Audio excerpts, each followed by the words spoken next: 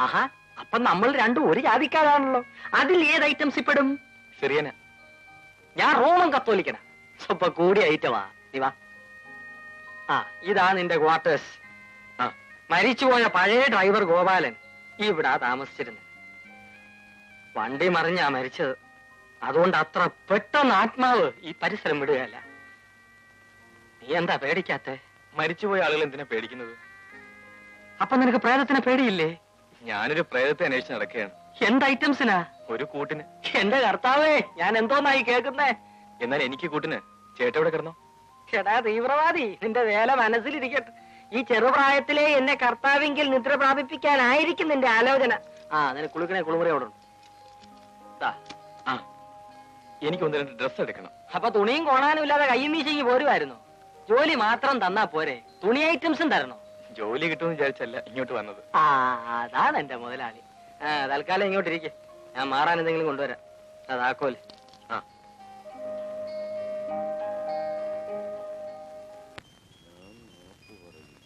പലിശ നിരക്കൊന്നും കാണാനില്ലല്ലോ. 2% അധിക പലിശ. എല്ലാ നിക്ഷേപങ്ങൾക്കും ജൂൺ 20 വരെ 26%, 28%, 30%, 32%.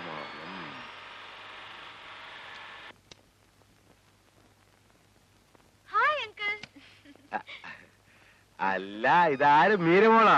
ഇങ്ങോട്ടൊക്കെ വരാൻ വഴി അറിയോ മോക്ക്? അങ്കിൾ പ്രിയ എവിടെ? അവളകത്തുണ്ട്. ഇതെന്ത് കുന്തനാണ്ടാമോ? Video camera. ഫോട്ടോ എടുക്കുന്ന? അതെ. ഇതിനെന്നാ വില വരും? 25,000 രൂപ വരും. ഓ, ഫോട്ടോ എടുക്കുന്ന കിറ്റ്ലോക്കിന്റെ വിലയെ 25,000 രൂപ. 25,000 രൂപ ഏതെങ്കിലും ബാങ്കിൽ കൊണ്ടിട്ടാലേ 32% പലിശ കിട്ടും. ഇത് കണ്ട. ആന്റി എവിടെ അങ്കിൾ? Anti, hi aunty. ആ, മീരയോ? മോള് വന്നെന്ന് പ്രിയ പറഞ്ഞു. ഇന്ന് ഏതായാലും മോള് വന്നത് നന്നായി. ഇന്നെന്താ വിശേഷം? ഇന്നൊരു കൂട്ടർ പ്രിയ കാണാൻ വരുന്നുണ്ട്. ചെറുക്കൻ ഡോക്ടറാ. നേരാണോ ആന്റി? എന്നിട്ട് അവൾ എന്നോട് പറഞ്ഞില്ലല്ലോ. ഇന്നലെ രാത്രി ആ ബ്രോക്കർ നാരായണൻ വന്നു പറഞ്ഞത്. ഇന്ന് അവർ ഇവളെ കാണാൻ വരുമെന്ന്. നല്ല കാര്യമാ മോളെ. ആ, മോളെ ഇരിക്കെ, ഞാൻ കാപ്പി എടുക്കാം. കാര്യമൊക്കെ നല്ലതാ. പക്ഷെ നാട്ടിലെങ്ങും ഇല്ലാത്ത വിലയാ ചോദിക്കുന്നത്. വിലയോ? ആ, സ്ത്രീധനം 2 ലക്ഷം രൂപയെ. പ്രിയ, പ്രിയ. ഞാനിവിടെ നിന്ന് മരത്തേന്ന് കുലിക്കെടുക്കാനെന്നാ വരുന്നവന്റെ ഒക്കെ വിചാരം. രാപകല് കഷ്ടപ്പെട്ടുണ്ടാക്കിയ കാശ് വല്ലവനും കൊണ്ട് കൊടുത്താലേ അവസാനം ഞാനിവിടെ ചോദ്യം കുത്തേണ്ടി വരും. ഓവേ, ഡോക്ടർ സ്വപ്നം കണ്ട് കിടക്കുകയാണെന്ന് തോന്നുന്നു. ഒന്ന് പോടി. അപ്പഴേ, ഡോക്ടർ എന്ന് കേട്ടപ്പോ നമ്മുടെ ചേട്ടന് തഴഞ്ഞോ? നിനക്ക് തമാശയാ. എനിക്ക് ഡോക്ടറെയും വേണ്ട, ആരെയും വേണ്ട. ആരെയും?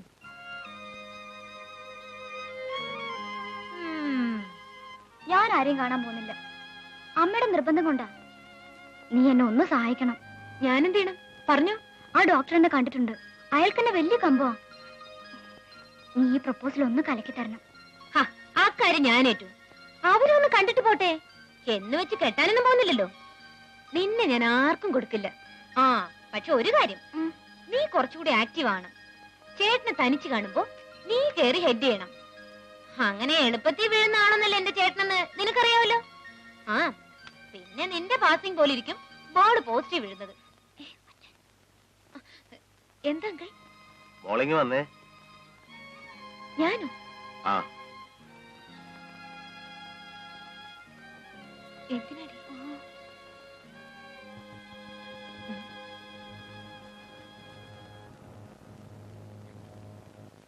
അങ്കിൾ എന്തിനാ വിളിച്ചത്? അങ്കിൾ ഒരു കാര്യം പറഞ്ഞ മോൾ അനുസരിക്കുവോ? എന്താ അങ്കിൾ? പ്രിയയുടെ ഈ ഡോക്ടറുമായിട്ടുള്ള കല്യാണക്കാര്യം മോളൊന്ന് കലക്കി തരണം.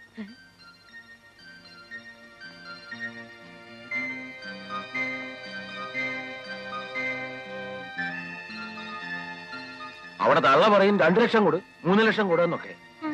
അവിടെ തള്ള ഞാൻ കല്യാണം കഴിക്കുമ്പോഴേ 5000 തൂമ്പേ 3 പവനുമായി എനിക്ക് തന്നത്.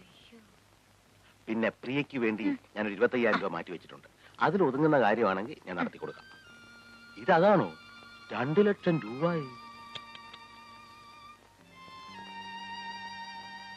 ആ, പിന്നെ എന്റെ മോടെ കല്യാണക്കാരി ഞാനാ കലക്കിയെന്ന് അവിടെ തള്ളെ അറിയാൻ ഇടവരരുത്. ആ, മോള് വയ്ക്കൂ.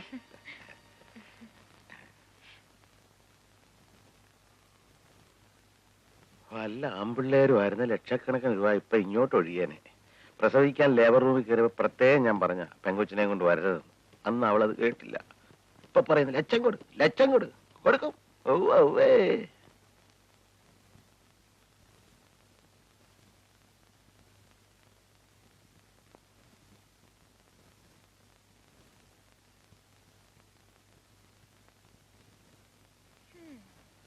ചേട്ടന്റെ ഈ ഹെയർ സ്റ്റൈലൊക്കെ ഒന്ന് മാറ്റണം.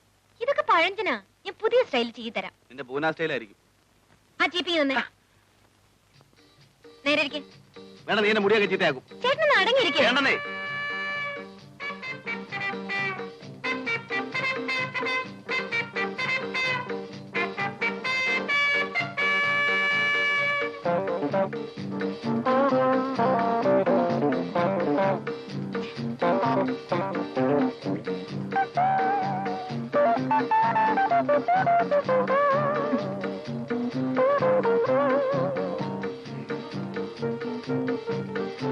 എങ്ങനെ ജീവിട്ട് ശരിയാവുന്നില്ല.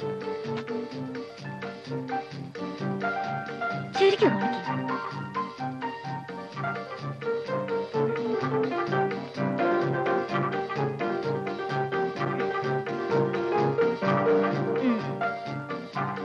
ഇപ്പൊ എങ്ങനെയുണ്ട്? ഒരു വാലിന്റെ വെറുതെ ഉള്ളൂ. എനിക്ക് വേറെ ജോലിയുണ്ട്.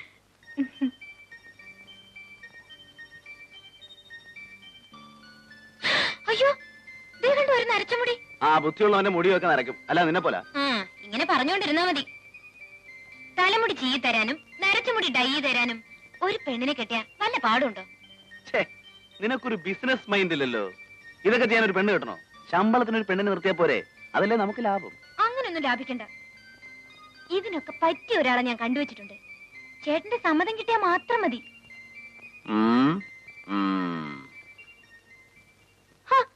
ചേട്ടൻ എന്താ ആരാന്ന് ചോദിക്കാത്തെ?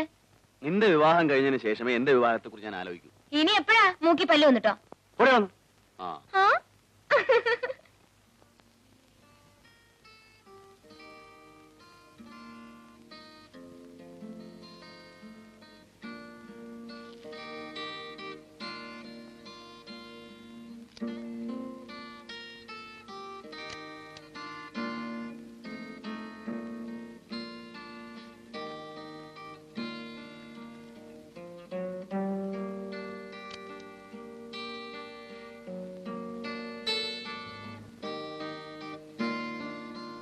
നീ ഇതുവരെ ഉറങ്ങിയില്ലേ?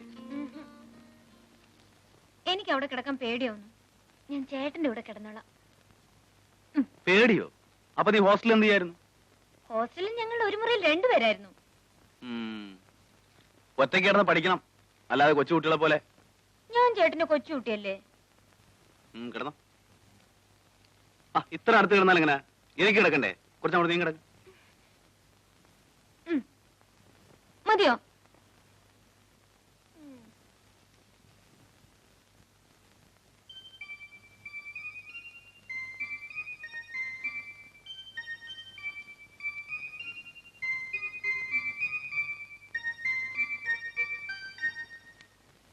എന്താ മീര ഇത്?